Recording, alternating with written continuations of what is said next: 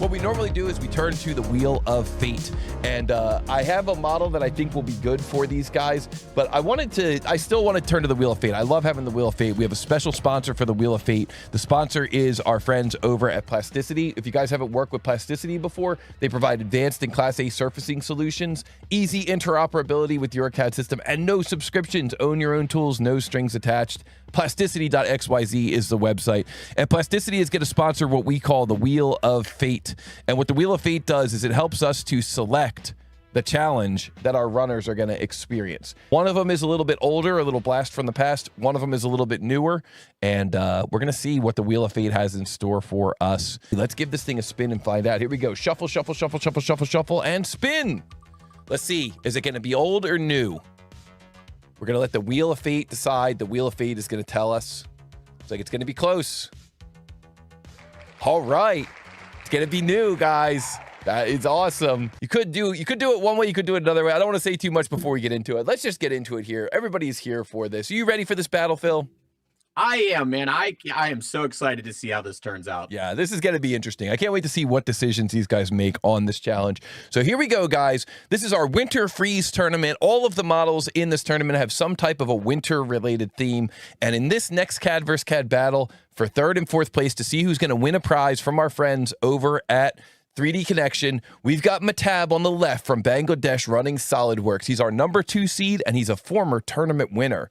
Going up against Dom from the United States. He's our number 6 seed, and he is running SolidWorks as well. SolidWorks versus SolidWorks. This CAD vs. CAD battle begins in 3, 2, 1. Go! What is the mass of this part in 0.xxx pounds? And Phil, I got a feeling in this challenge, we are going to see a lot of sketching and sketching related decisions. It's not really like a feature-rich challenge. This one definitely is heavier on the sketching side, but a lot of times that's where you learn, and we get to see kind of how these guys make these decisions. Both of our runners are grabbing a screen capture of the print, and it looks like both of our runners are getting into their CAD system and getting started. So let's flip over and take a look at this CAD versus CAD battle. So we can see here that this is an ice skate blank for a figure skate, a replacement blade blank. None of the machining operations are in there yet. We've got Mehtab on the left running SolidWorks. We've got Dom on the right running SolidWorks. I noticed that Mehtab took a few extra moments to kind of look at the print and come up with a game plan. And I noticed that Dom just jumped right in. He was just like, I'm ready. Let's go. Let's do it. So we're going to see which strategy pays off here. But it looks like Dom is already moving his way through that blade, working his way across kind of the top section of that blade where it connects to the bottom of the figure skate. I wonder if, being somebody from your region, Phil, if he's done some ice skating, probably more with hockey skates than with figure skates. But I wonder if maybe he's done some ice skating and is familiar. Although I believe ice skate blades actually replace a little different. I don't think they typically have those flanges up top. Do you know anything about skates, ice skates? I know a ton about ice skates nonetheless, and we used to make quite a bit of parts for it. So in the world of the hockey skate, you actually have a steel blade, stainless steel nonetheless, mounted to a plastic frame, where on a figure skating, it is much more traditional, as you guys are seeing, out of stamped metal, and then from there, which actually a lot have become laser cut over the years, and then spot welded as such. I was wondering how the two were connected. So they do a nice spot weld and then polish it all up and make it look good. You're not billeting a skate frame, that's for sure. Yeah. Well, it's very interesting, and it was some interesting geometry as we were trying to come up with this challenge. I didn't want to go too crazy. You can see it already is pretty crazy with the sketching, and I think that what we're going to see here is that adding sketching relationships and creating complicated sketches is sometimes, kind of as interesting. It's really a different set of skills than going feature, feature, feature, feature, feature. So it's really interesting to see the different sketching as they are, the different sketching techniques as they're trying to get through and model this. I know in the past we've seen a lot of stuff with feature creation, but what I suspect here is that we're going to see a lot of what Dom is doing there on the right and what Mehtab is doing on the left, grabbing a blue point, moving it around, trying to get the sketch feedback to change to black so that they know that it's fully constrained, fully defined. And I think it's going to be really interesting to see what kind of decisions they make along the way here with this drawing. Definitely going to be be a sketch and sketch relationship intensive. You know, we can see we're 2 minutes and 50, we're almost 3 minutes into this challenge, and both of them are still kind of working their way through their first sketches. It is interesting that even though this is a pretty sketch-intensive challenge, they've actually chosen two completely different places to start. Mehtab has decided to sketch from the top down, creating those upper platforms, where Dom has decided to sketch this thing looking in from the side. So very, very interesting here. It is indeed. It's always fun to see which way you start, which way you interact when it comes to these CAD challenges. Because if those of you out there don't know, if you're an engineer doing this all day, every day, like most people are in this competition, is your customer is going to come out and say, hey, I would like to put a piece of metal on a boot. And then before you know it, they want a toe pick. They want the blade longer in the back. And before you know it, your feature tree is a mile long, and you're probably thrown it away 3 times and made some changes. Yeah, I imagine that to be the case. And I mean, that's where, you know, that's where we really see kind of the transition from being an amateur to starting to become a professional, is when you are able to anticipate those changes, when you've worked with the customer enough that you make decisions in how you sketch and how you construct your feature tree based on the changes that you anticipate might come down the road from your customer. And you want to make sure. I had this actually in a conversation a couple of days ago with a customer looking for some contract cam work. And it was the same thing as, how long does it take to program the part? That's what everybody wants to know. And I said, that's irrelevant. That's a 10-minute job. It's the 4 or 5 hours of changes you're going to want. That's the part that you got to pay for. Mm-hmm.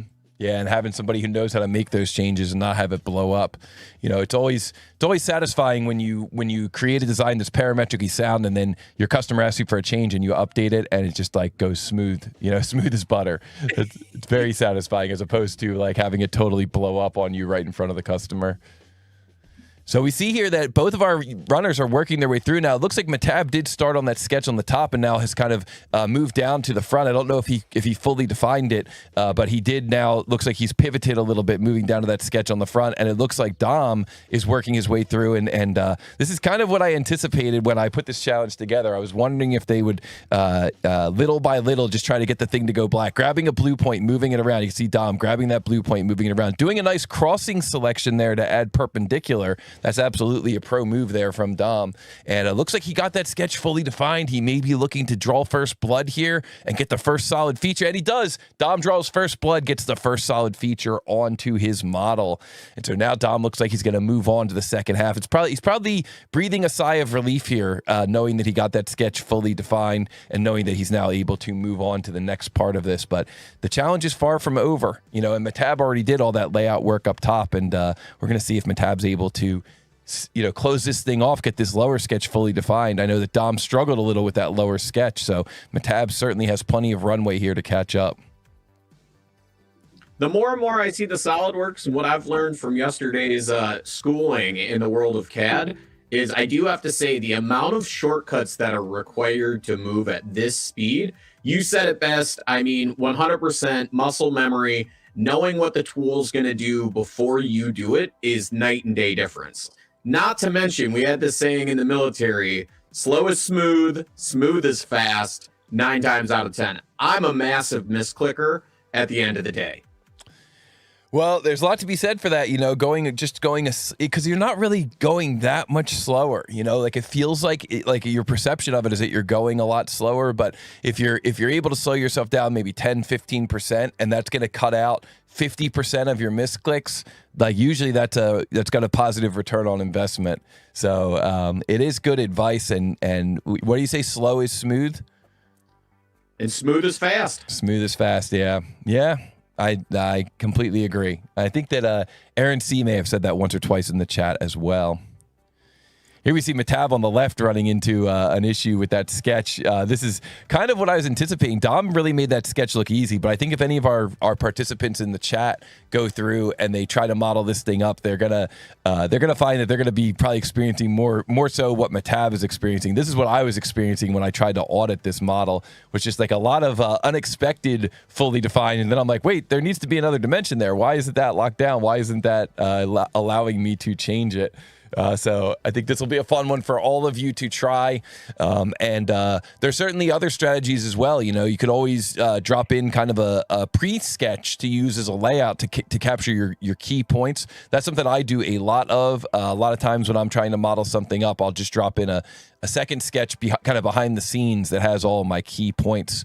And I use that to try to make it a little bit easier to keep track of these relationships, because these sketches tend to get a little bit wild. You can see all those green boxes on Dom's screen.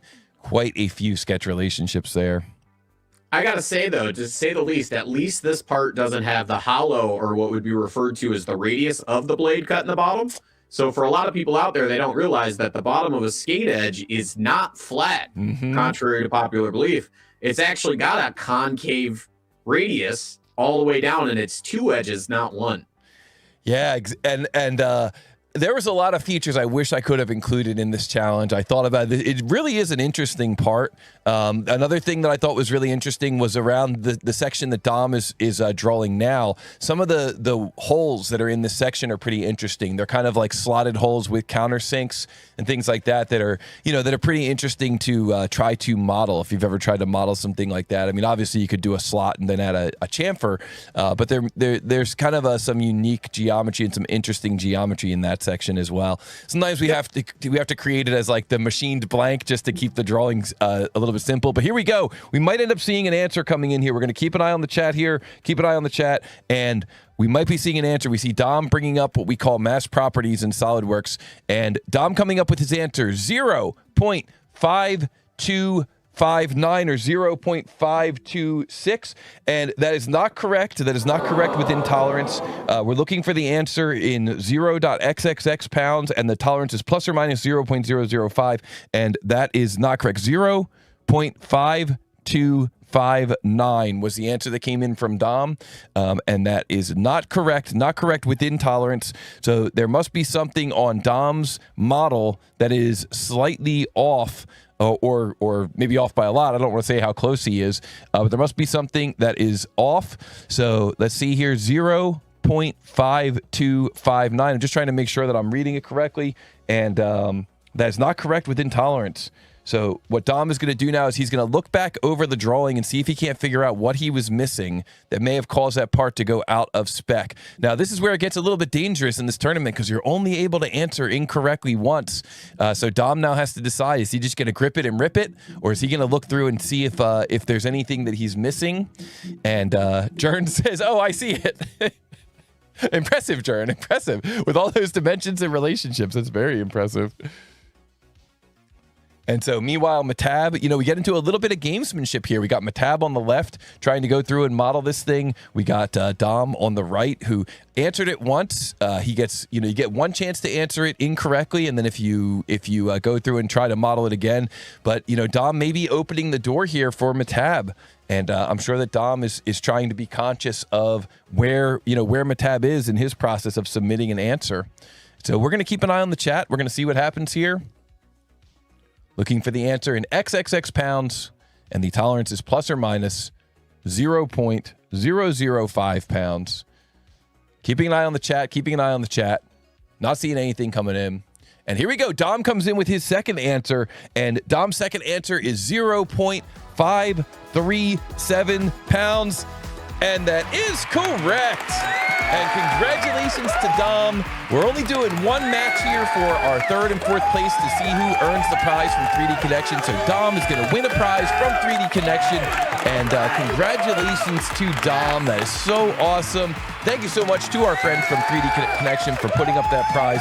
And the answer there for that one was, the correct answer was 0.534 plus or minus 0.005. And so Dom answering 0.537 was within tolerance. Congratulations and well done, my friend. That is awesome. Way to go, way to go. Very nice, very nice.